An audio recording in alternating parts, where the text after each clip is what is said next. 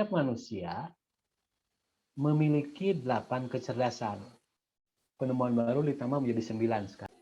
Nah, tadi yang pertama, identifikasi dulu kebutuhan anak melalui kecerdasan apa yang dimilikinya.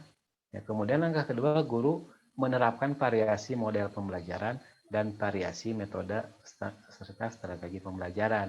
Di antaranya tadi melalui audiovisual. Yang kedua melalui role playing. Meskipun itu les, tetap role playing harus ada. Misalkan dengan melalui permainan. Satu permainan, keduanya tadi role playing bermain peran gitu, bermain peran. Itu bagus, anak akan senang. Anak akan senang melalui bermain peran. Jangan hanya buku pulpen itu anak akan merasa jenuh. Kenapa anak merasa jenuh? Karena begini, mungkin nanti kalau sudah efektif belajar, itu akan terasa oleh anak rasa jenuhnya. Karena begini, anak di sekolah formal, di SD atau di SMP, dia setiap hari dihadapkan pada kondisi yang formal. Di mana di situ anak dihadapkan buku, pensil, membaca buku, pensil, membaca. Nah, kemudian masuk ke rumah mutiara, dihadapkan hal yang sama, itu akan membuat anak merasa lebih jenuh. Maka jadikan rumah mutiara menjadi salah satu alternatif penyemangat dan motivasi belajar bagi anak. Melalui apa? Melalui variasi metode dan strategi pembelajaran. Dengan cara bermain peran, kemudian atau role playing, kemudian audiovisual, atau metode-metode yang lain yang memang bisa meningkatkan motivasi belajar bagi anak. Nah, itu jangan salah, Bu ya. Ketika anak mendapatkan pengalaman baru di rumah pintar, itu anak akan lapor ke orang tuanya hal-hal yang menyenangkan. Selain lapor ke orang tua pun akan memberitahukan lagi ke tetangga-tetangganya, oh di rumah mutiara enak belajarnya begini-begini. Itu salah satu promosi juga kepada calon-calon peserta didik. Nah, oke, kita lanjut.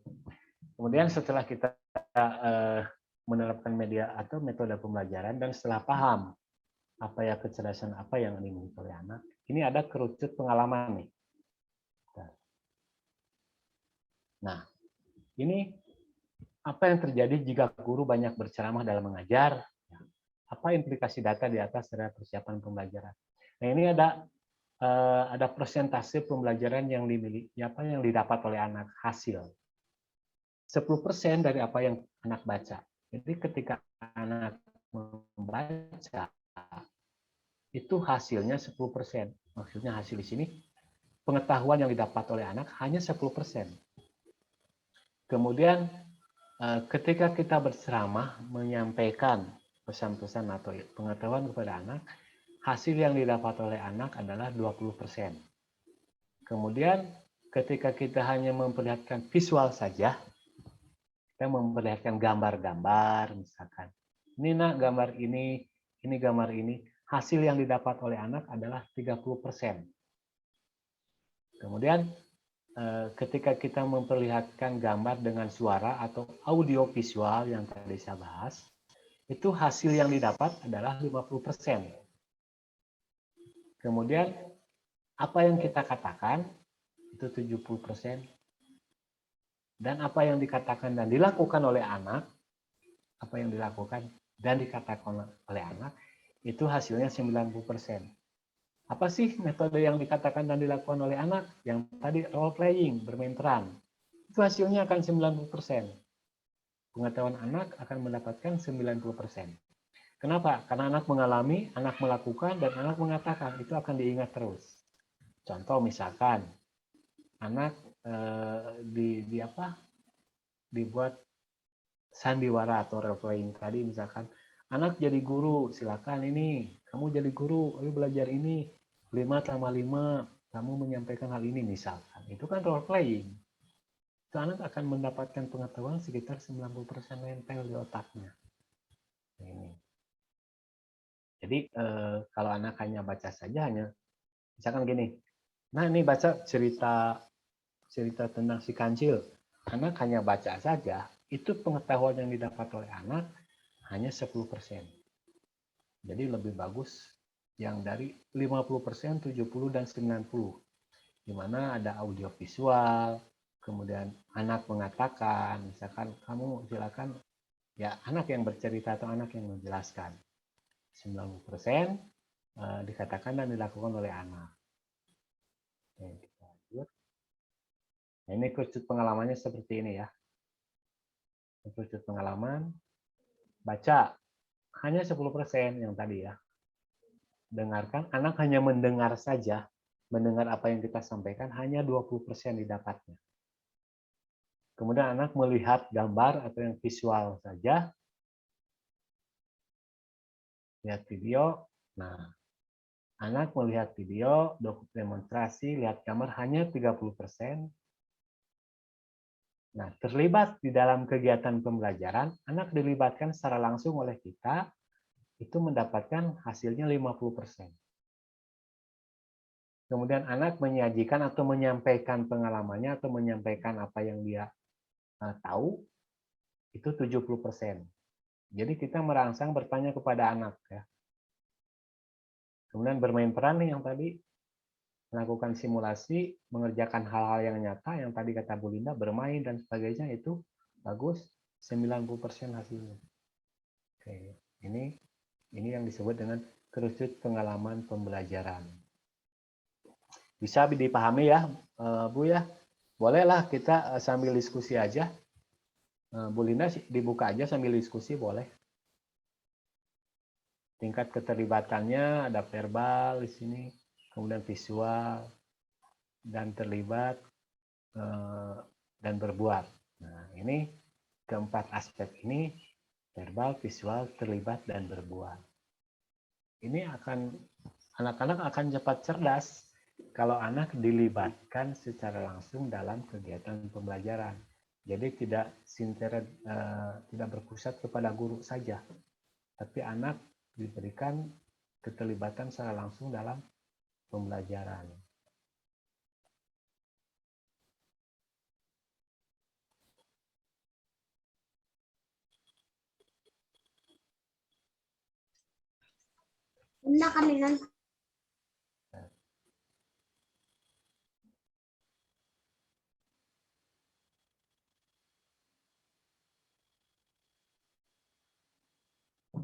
Yaitu masih banyak sih sebenarnya di bawah nanti kita lanjut, kita sambil jalan Bu Linda, kita sharing aja dulu ya, sharing pengalaman, mungkin ada apa, ada yang mau ditanyakan atau sharing. Silakan Bu Linda, kita sambil sharing aja. Iya dengar. Silakan Miss, ada yang mau ditanyakan mungkin seputar proses pembelajaran Miss Nita. Jadi gini Pak Iman, ya. Dalam praktek lapangannya kita itu kan satu guru itu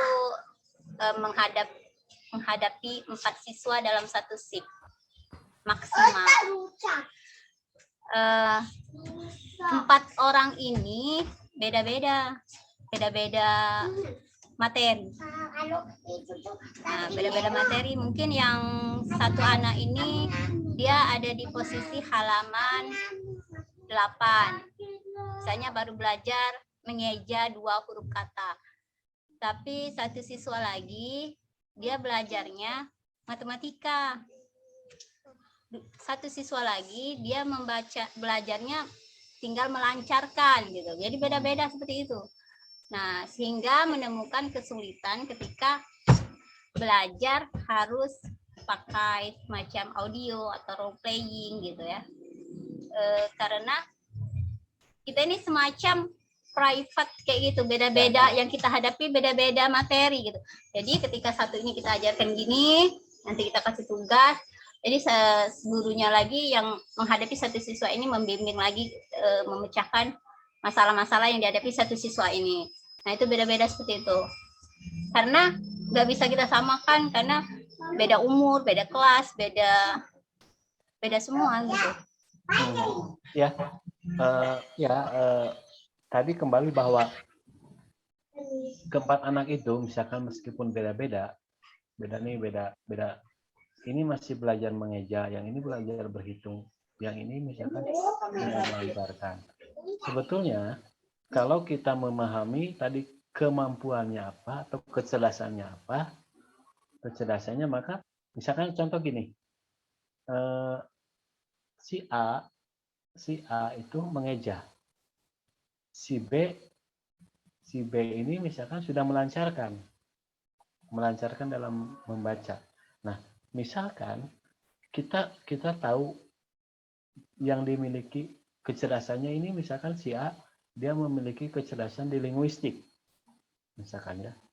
Si B misalkan dia memiliki kecerdasan di logik matematik, misalkan. Nah, kalau kita bisa paham tentang kecerdasan anak ini, maka kita akan banyak variasi untuk membimbing mereka meskipun berbeda, tapi nanti bakal jadi sama, bakal jadi satu. Contoh misalkan gini, si B tadi tinggal melancarkan ya, si A mengeja, tapi dalam satu kelas. Nah, yang si B sedang melancarkan itu membacakan di hadapan si A suruh mendengarkan. Jadi kalau kita masing-masing, guru repot. Satu ngebimbing melancarkan ini A, ini B, ini C. Sementara harus membimbing yang melancarkan. Tapi kita variasikan, si B ini nih suruh baca di hadapan si A. Si A mendengarkan. Nah, setelah si A mendengarkan, nanti si A suruh menyimpulkan. Artinya menyimpulkan di sini tidak seperti orang dewasa ya. Tapi dia nanti ditanya oleh kita, oleh guru. Tadi apa yang dibaca oleh si B, mana huruf A, mana huruf B, mana huruf C, dan seterusnya. Nah, jadi guru tidak kerepotan harus memilih satu-satu, tapi dikomplet, disatukan. Si B suruh membacakan di depan si A untuk melancarkan. Nah, itu mungkin salah satu strategi yang harus dimiliki oleh guru. Artinya sebetulnya kita pendidikan guru formal ya. Tapi kalau kita bisa mengkomplet, bisa mengatur strategi, itu justru akan lebih mudah. Karena di sini tidak terikat dengan waktu, tidak terikat dengan kurikulum dan sebagainya. Nah, ini seperti itu. Dilibatkan anak. Ayo kamu misalkan namanya tadi Alvaro misalkan ke Asep misalkan. Alvaro, kamu bacakan halaman 10 dibacakan depan ada ini misalkan. Dia harus membacakan. Nah, si itu harus memperhatikan. Nanti ditanya mana yang tadi dibacakan Alvaro, huruf B yang mana, huruf C yang mana. Kalau ini disambungkan dengan ini jadi huruf apa, jadi kalimat apa. Mungkin itu salah satu strategi, Bu Linda. Ya, nanti itu bisa sih sebenarnya dibuat seperti itu. Cuma mungkin tidak bisa juga, Miss ya. Gini Pak ya, sistem di tempat kami di Rumah Pintar itu sistem pengajarannya tiap anak beda materinya gitu. Misalnya si A materinya, kalau saya bahasa Inggris kan Pak ya, materinya reading kan. Belum tentu anak si B ini materinya reading. Kadang materi si anak si B ini kadang translate jadi nggak nyambung. Lesson-nya juga beda kadang Pak. Kami itu menghadapi satu season beda-beda materi, beda-beda buku juga. Di sini kan kalau bahasa Inggris itu Pak, bukunya beda-beda. Ada buku 1, ada buku 2. Jadi kalau mau strategi yang seperti Bapak sampaikan tadi, kami masih kesulitan gitu Pak. Gimana ya? Proses Bu, proses. Nanti juga bisa. Jadi gini, memang kesulitan memang seperti itu ya. Variatif ya, siswanya berbeda. Yang satu halaman 5, yang satu halaman 10, yang satu halaman 15 misalkan ya. Nah, kira-kira ya kembali bahwa tadi kita mencari metode pembelajaran yang bisa merangkum semuanya, walaupun materinya beda-beda, walaupun materinya beda-beda, tapi jadi gini, maksud saya gini, oke, materi itu beda-beda, nggak apa-apa, tapi dalam 1 minggu 2 atau 3 kali harus disatukan materinya. Artinya cari materi yang memang bisa merangkul semuanya. Contoh tadi dengan audiovisual, misalkan film anak yang memang dengan menggunakan bahasa Inggris. Nah, itu anak bisa melihat, bisa belajar bersama seperti itu. Jadi tidak harus selalu setiap hari seperti yang saya katakan tadi strategi saya, tapi ya seminggu 2 atau 3 kali atau 1 kali dilakukan hal itu. Yang memang misalkan audiovisual nih, film cerita tentang anak dengan bahasa Inggris atau film tentang matematika. Walaupun beda tingkatan, itu anak akan sama dengan melalui hal itu. Atau tadi dengan role playing, anak belajar bahasa Inggris dengan role playing itu bisa melibatkan semuanya. Jadi tidak harus selalu setiap hari, memang ada saat-saatnya masing-masing, tapi dalam 1 minggu sekali atau 2 kali disatukan dengan strategi dan metode pembelajaran yang memang inovatif dan memang kreatif untuk kita, yang memang untuk menumbuhkan semangat belajar siswa. Itu maksud saya ke sana gitu Bu. Jadi tidak tiap hari harus seperti itu gitu. Yang perlu kembali bahwa yang wajib masalah tadi strategi pembelajaran, mungkin itu rumah pintar lebih tahu situasi dan kondisinya, tapi yang wajib diketahui itu kembali tentang pembahasan majemuk ya, atau multiple intelligence. Setiap saya screen bahwa guru itu wajib memahami kemampuan siswanya ya, agar lebih mudah dalam mengarahkan. Meskipun tadi berbeda tingkatan, meskipun tadi berbeda kelas, tapi kalau guru memahami apa yang dimiliki oleh anak, apa yang kemampuan yang dimiliki oleh anak, maka kita guru tidak akan kesulitan pelajaran kepada anak meskipun masing-masing berbeda.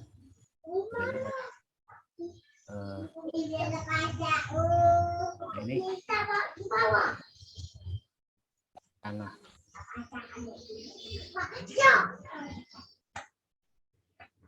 Bentar.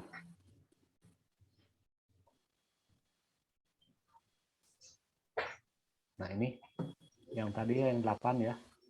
Satu dulu linguistik nih. Dalam kemampuan menggunakan kata secara efektif, lisan maupun tulisan. Artinya anak ini memiliki kemampuan dia bercerita, kemudian bisa menyimpulkan, bisa menulis, sebagainya. Ini anak berarti kemampuannya di linguistik. Nah, guru harus paham mana sih yang memiliki kemampuan linguistik, sehingga pendekatannya itu akan gampang. Sampai misalkan begini, les matematika, anak itu bukan bodoh ketika dia tidak bisa, mungkin kemampuannya di aspek yang lain. Jadi jangan dipaksa terus, cari gali potensi yang lain. Anak kurang di matematika, berarti kemampuannya bukan di matematika. Jadi kemampuan yang lain.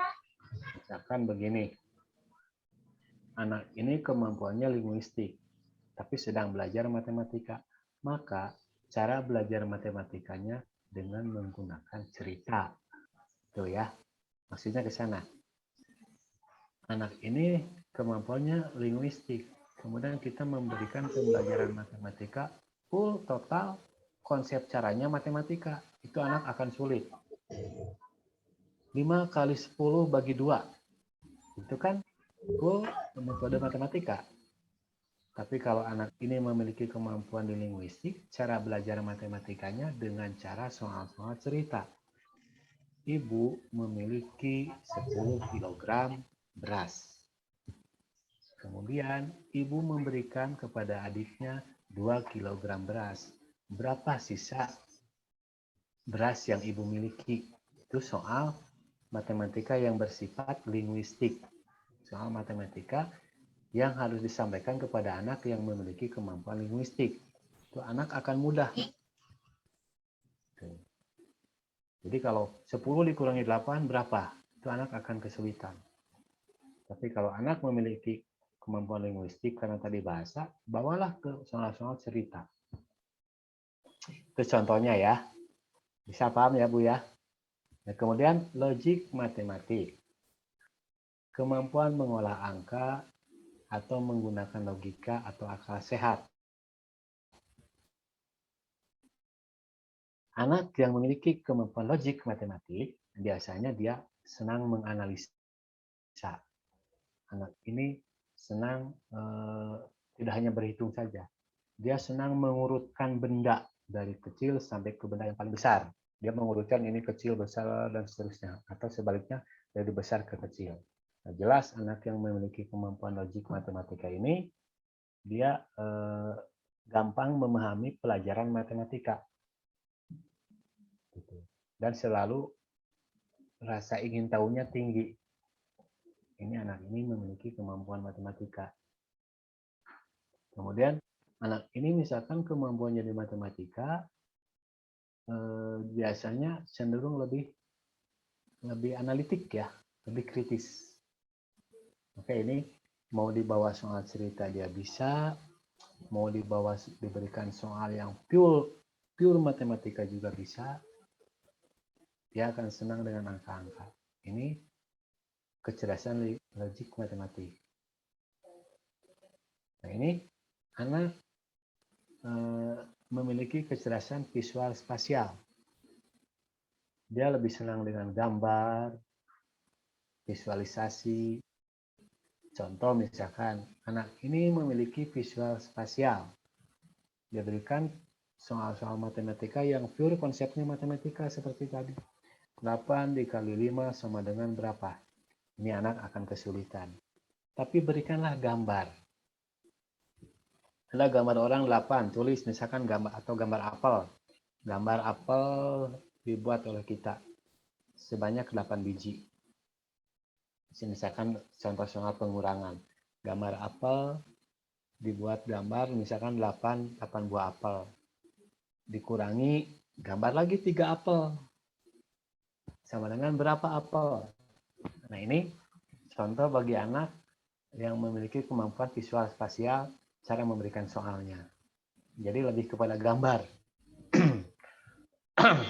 Lebih kepada gambar.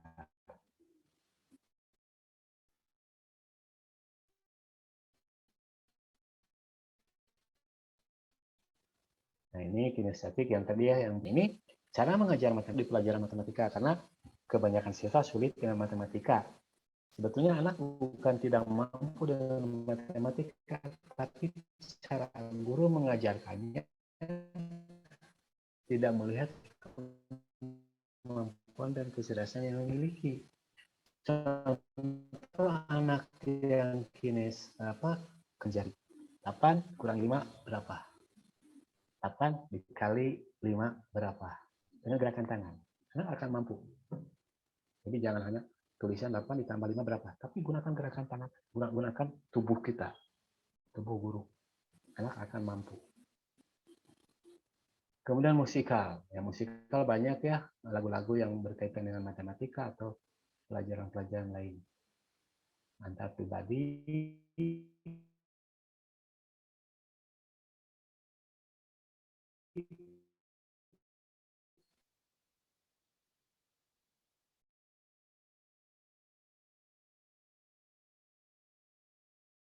Nah, ini lebih kepada kerja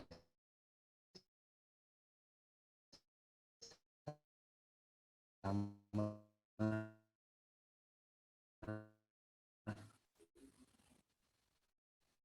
intra pribadi.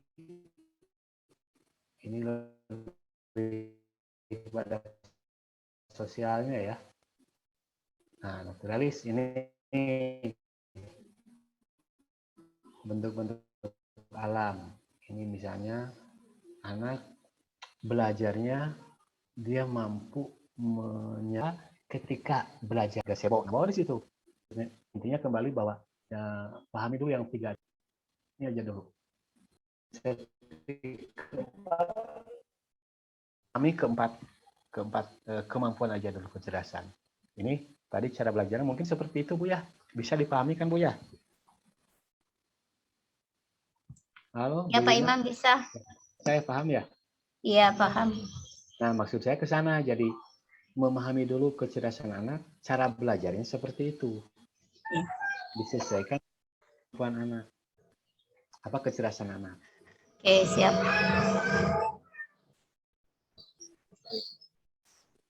Ya, mungkin yang lain gimana?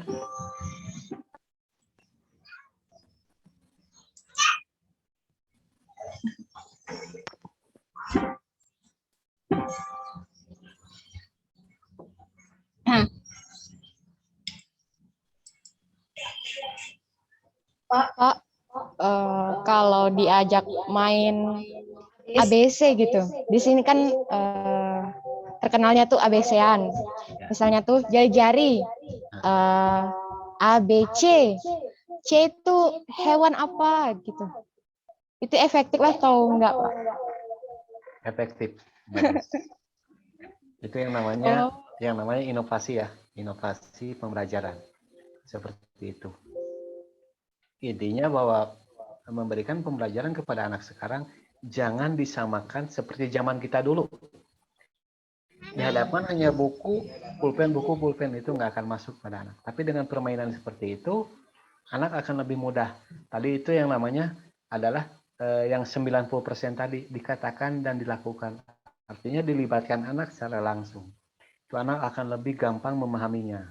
Itu bagus. oke Pak, Ya, terima kasih. yang lain gimana?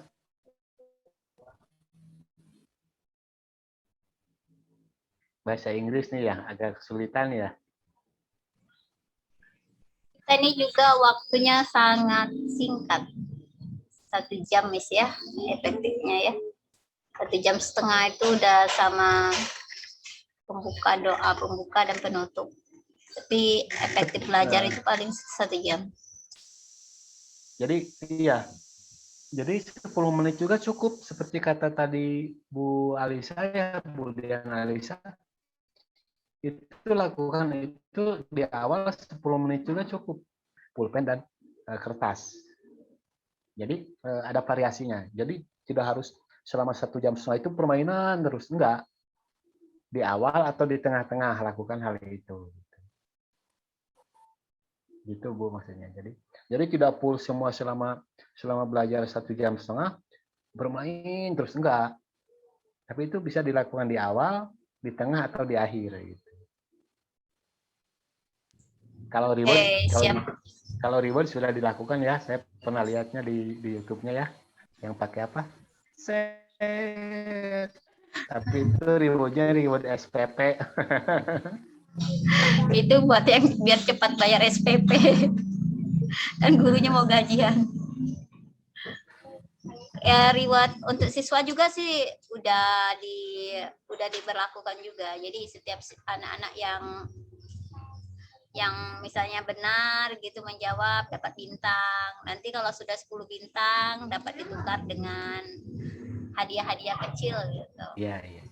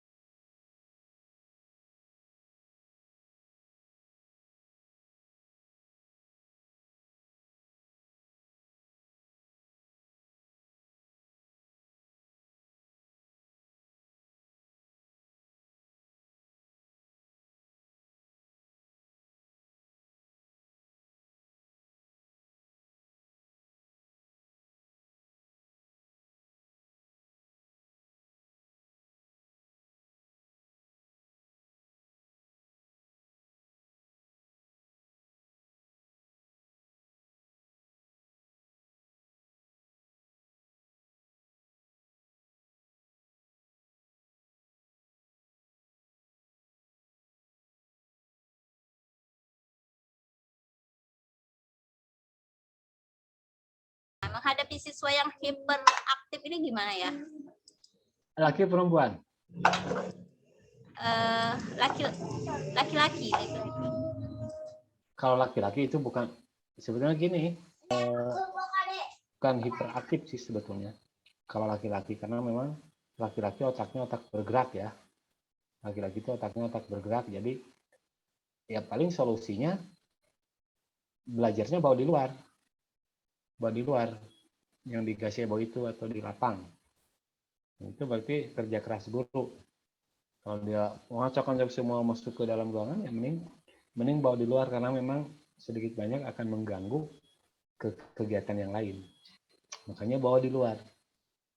Dia mungkin bukan hiper, tapi memiliki yang tadi kinestetik itu, nggak bisa diam. Dan mungkin gaya belajarnya dia gaya belajar kinestetik.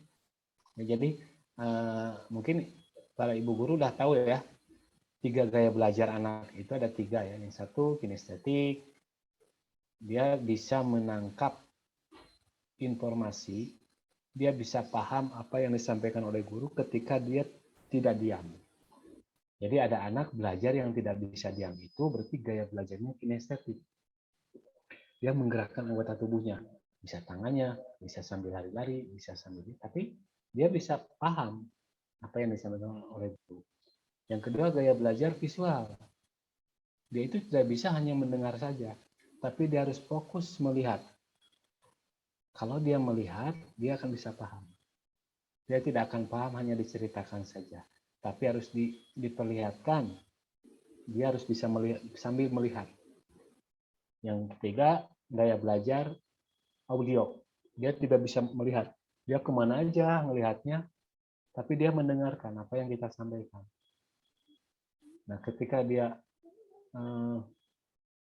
bisa menangkap pembelajaran yang visual, yang audio ini, cukup dengan hanya mendengarkan saja, tidak harus melihat, tidak harus melihat guru, tidak harus melihat buku, tapi dia mendengarkan apa yang kita sampaikan, dia akan paham. Itu audio. Jadi yang audio nih, yang audio jangan dipaksa untuk melihat, yang visual jangan dipaksa untuk mendengarkan saja, yang kinestetik jangan dipaksa untuk diam. Itu gaya belajar yang mereka miliki. Jadi tadi selain memahami 8 kecerdasan, juga guru harus memahami gaya belajar anak. Apakah anak ini gaya belajarnya kinestetik, visual, atau audio. Kita harus tahu itu agar pendekatan kita cara mengajarnya juga tidak salah. Paham gaya belajar ibu-ibu di sini ketika saya menyampaikan. Saya bisa paham. Oh, Bu Hikmah ini gaya belajarnya ini visual. Kemudian Bu Dian ini gaya belajarnya kinestetik. Bu Dian ini kinestetik gaya belajarnya. Dia bisa paham dengan kinestetiknya. Kalau Bu Hikmah tidak bisa hanya mendengarkan, dia harus melotot melihat. Gitu. Itu mungkin Bu Dian ya, Bu Dian kinestetik ya. Kalau Bu Linda itu audio. Dian itu audio gaya belajarnya. Kalau Bu Hikmah nggak bisa meleng sedikit pun, Bu Hikmah harus fokus.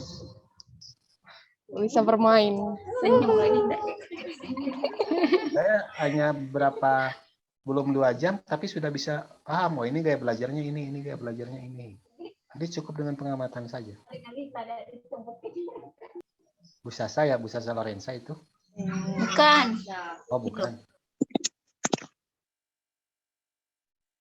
Yang mana?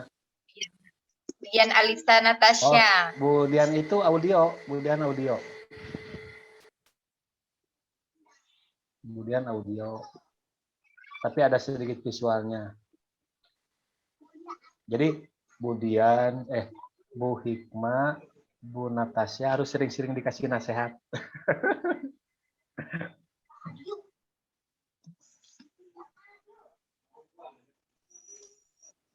Pak, ada kesulitan nggak Bu Natasha dalam menghadapi anak? Alhamdulillah kalau sejauh ini berjalan dengan lancar. Jalan lancar ya. Terus kalau Bu Dian gimana? Budian Alisa. Emang ada ketan ditunjuk itu? Dian Dia di mana? Gimana, ada kesulitan nggak? Sejauh ini Halo, nggak kedengaran?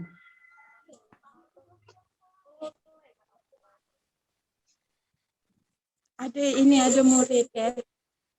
Dia itu ketika disuruh-suruh itu kadang tidak galak.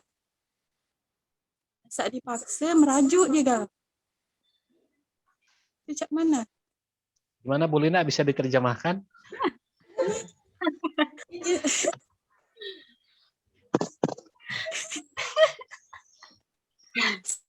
Kan ada siswa ya. Dia itu dia itu males belajarnya ketika dipaksa. Suka Dia ngambek cemburu. kayak gitu. Iya. Ya, Oh, malas belajarnya, Pemalas. kalau dipaksa suka merajau gitu. iya merajau. ngambek maksudnya itu. Ngambek, suka ngambek. Ya, oke. Hidup ya mikir hidup ya. Ya, seperti tadi di awal, saya katakan bahwa pada dasarnya tidak ada anak yang malas ya. Cuma karena kita tidak tahu apa yang dibutuhkan anak. Kita tidak tahu apa yang dibutuhkan anak karena kita tidak tahu apa kemampuan anak. Jadi kembali kita harus paham dulu kemampuan anak. Kalau kita paham kemampuan anak, kita akan tahu apa kebutuhan anak. Nah, misalkan anak butuh matematika, kita beri pelajaran bahasa Indonesia, itu nggak akan punya semangat. Sebaliknya begitu, anak butuh bahasa Indonesia, kita kasih matematika, juga tidak akan semangat. Artinya kalau kita paham kebutuhan anak akan semangat belajar dengan kita. Untuk memahami kebutuhan anak, maka pahami dulu kemampuannya apa, kecerdasannya apa. Ibarat begini, kita butuh nasi, ini lapar, tapi dikasih yang lain, itu kita tidak akan mau. Contoh gini, misalkan Budian sedang terombang-ambing di tengah lautan. Kira-kira apa yang dibutuhkan? Ban kan, ban. Kemudian contoh gini, Budian sedang terombang-ambing di tengah lautan, mau tenggelam nih. Tiba-tiba datang Bu Linda ngasih 1 kilogram emas, diambil nggak? Walaupun itu emas.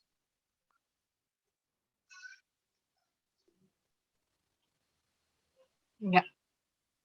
Nggak akan diambil ya, karena bukan yang dibutuhkan. Tapi yang dibutuhkan adalah ban, walaupun harganya lebih murah. Begitupun siswa. Paham ya? Artinya pahami dulu kebutuhannya apa. Jadi anak akan memiliki semangat untuk belajar.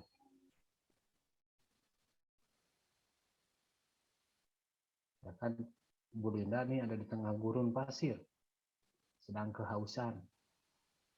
Datanglah saya ngasih emas 1 karung, diambil nggak akan diambil. Yang dia butuhkan adalah air. Begitupun siswa. Kenapa dia tidak semangat? Karena kita memberikan apa yang bukan dibutuhkan.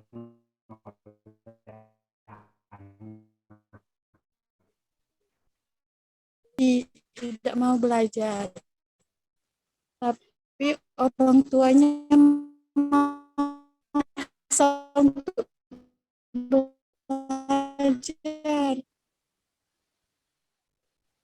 Itu tadi saya katakan, supaya anak mau belajar, ya begini, anak itu kan senangnya bermain nih.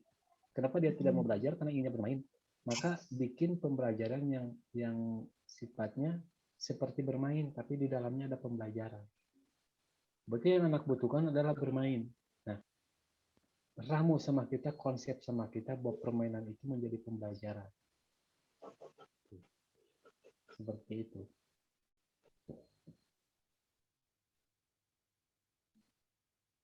Ya semua, mungkin pada dasarnya semua anak tidak mau belajar. Karena memang konsep yang kita tawarkan kepada anak tidak sesuai dengan yang dibutuhkan anak. Anak butuhnya bermain, maka jadikan permainan itu menjadi belajar. Kemudian konsep menjadi sebuah permainan. Itu akan lebih seru. Seperti tadi role playing, kali-kali dalam 1 minggu sekali atau 2 kali role playing, kemudian audio visual seperti itu, pemutaran film gitu.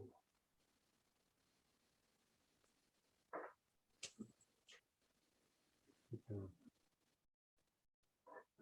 Jangan dijadwal nih, hari Selasa ada pemutaran film, anak-anak akan senang.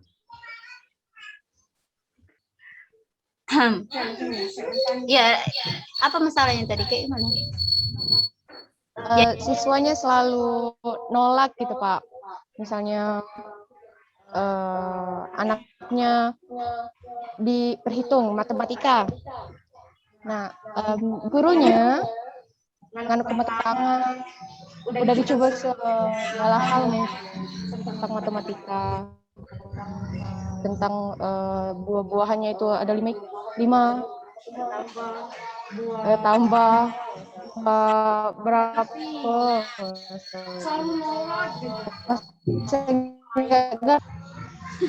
pengennya main Sambil main suruh berhitung gitu aja. Jadi Pak. Sambil bermain mestinya ya setiap kalau pembelajaran matematika kita tuh harus sediain misal seperti bolpen ya Pak, atau sejenis misal buah-buahan plastik. Jadi kan buat anak malas belajar atau yang suka itu, jadi kita bisa taruh buah-buahan kayak gitu itu, ya. Itu disebutnya kan media ya, media pembelajaran memang harus ada media pembelajaran, apalagi matematika kan.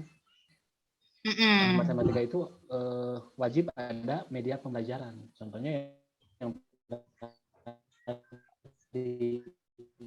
misalkan ada yang namanya jenis tadi buah-buahan atau apa, itu harus ada untuk pembelajaran matematika. Dengan menggunakan media, anak akan bisa lebih cepat menangkapnya ketimbang kita hanya menyebutkan atau menuliskan angka. Anak akan lebih cepat memahami dengan media-media pembelajaran. Gitu. Ya betul, itu harus ada.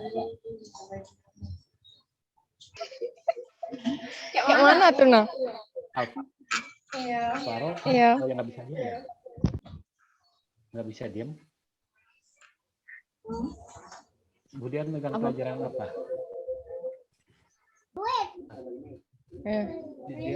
Dia akan lebih gampang memang. Kan?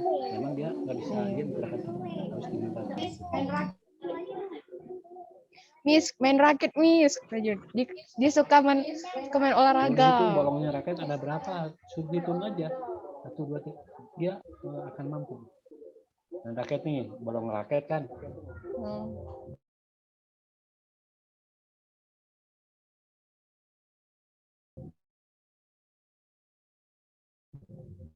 Senarnya tuh dihitung bolongnya ada berapa. Dia akan senang. Matematika dibawa ke tema olahraga. Pelajaran ngajinya dibawa ke tema olahraga juga bisa. Oke. Thank you, Pak. Gimana Pak Iman? Udah ya? Udah. Oke. Miss Sasa, silakan Miss kembali ke pembawa acaranya. Terima kasih ya buat Pak Iman sudah membimbing kita semua. Silakan Miss Sasa, lanjutkan. Oke, terima kasih. Terakhir acara kita adalah penutup. Alhamdulillah kita telah sampai di penghujung acara. Terima kasih banyak kepada narasumber Pak Iman, moderator Miss Linda ya, serta para peserta yang telah menyimak acara dari awal sampai akhir. Terima kasih ya Miss semua. Sangat banyak sekali ilmu yang didapat untuk diaplikasikan dalam kehidupan sehari-hari. Buat Pak Iman, terima kasih banyak atas materinya ya. Langsung tutup saja ya Miss. Tuh Miss Hikmah. Tutup dulu Gini. Terima kasih, saya mewakili panitia dan para peserta ya seperti yang bertugas menyampaikan mohon maaf bila ada salah kata dalam penyampaian atau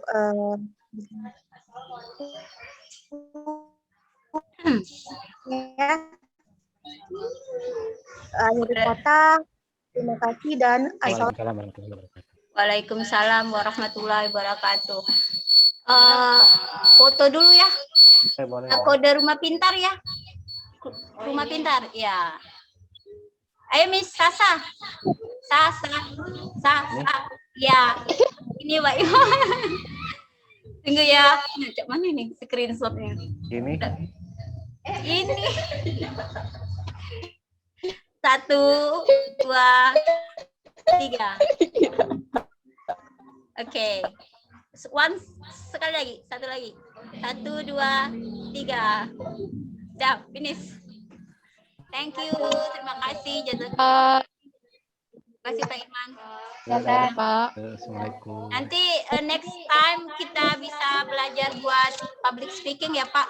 Ya. Kita jadwalkan lagi. Oke. Oke, terima kasih. Assalamualaikum warahmatullahi wabarakatuh. Assalamualaikum warahmatullahi wabarakatuh.